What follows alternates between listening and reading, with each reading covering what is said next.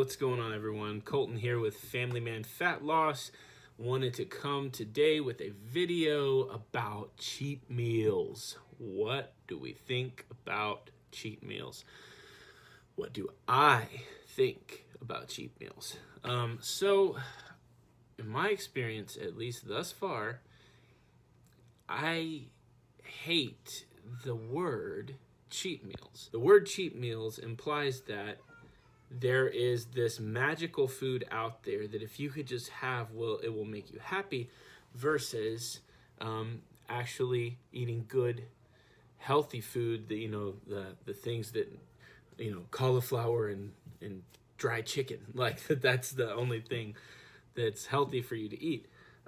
So I'm not a big fan of the word cheat meals, but I understand what is behind it. So here's what I mean about my mentality and using that word.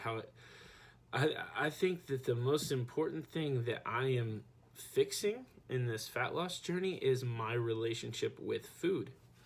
And what I mean by that is how I look at food. I'm not one of those people who naturally can just look at food as it's fuel for my body, and that's all it is. Like, naturally, that's not me. Like, food is comfort.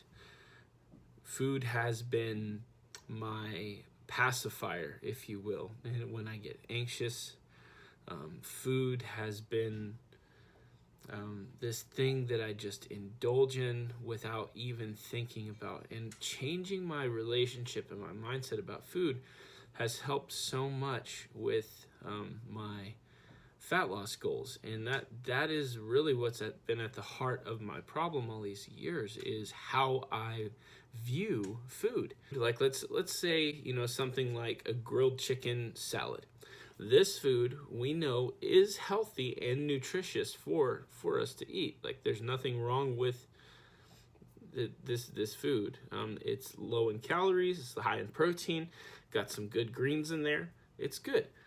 And then let's look at something like a burger. Okay, this food has some more, quite a bit more calories.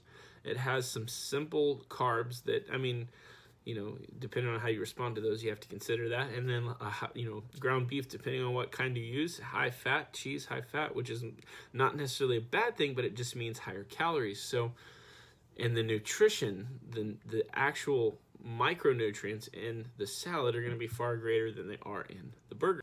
I still eat hamburgers. I just log them into MyFitnessPal.